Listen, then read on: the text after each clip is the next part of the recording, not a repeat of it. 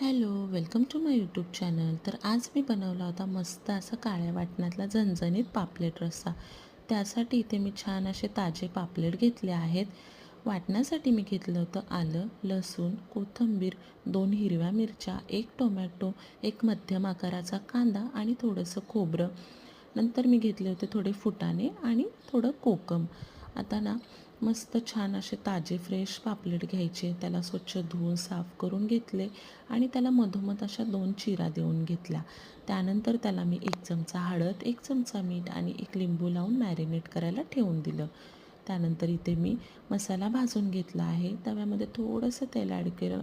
त्यानंतर त्यात मी कांदा, खोबरं, थोडेसे फुटाणे, थोडेसे धने असे छान असं भाजून घेतलं आणि नंतर एका प्लेटमध्ये हे वाटण मी काढून घेतलं.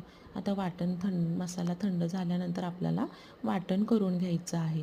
त्यामध्येच आपल्याला टोमॅटो, हिरवी मिरची, आलं, लसूण आणि कोथिंबीरही एकत्र वाटून करून घ्यायचं. आता पॅन छान गरम झालं की त्यामध्ये मी ॲड केलं 2-3 चमचा तेल.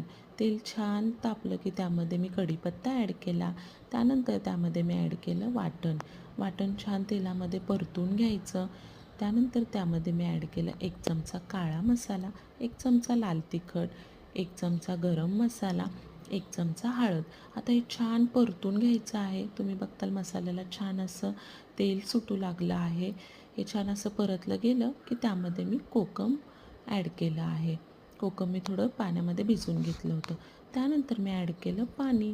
आता पाणी मी 1.5 ग्लास वापरलं आहे. तुम्ही तुमच्या आवडीनुसार पाणी वापरा.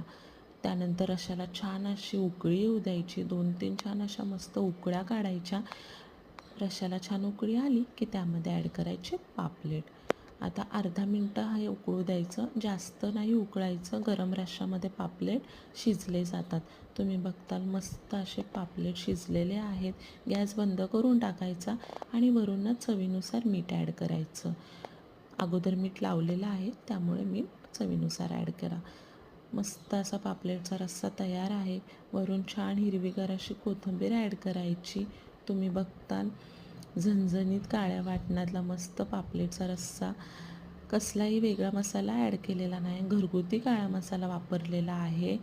तयार आहे पापलेटचा रस्सा. नक्की ट्राय करा. आवडल्यास लाईक, शेअर, सबस्क्राईब नक्की करा.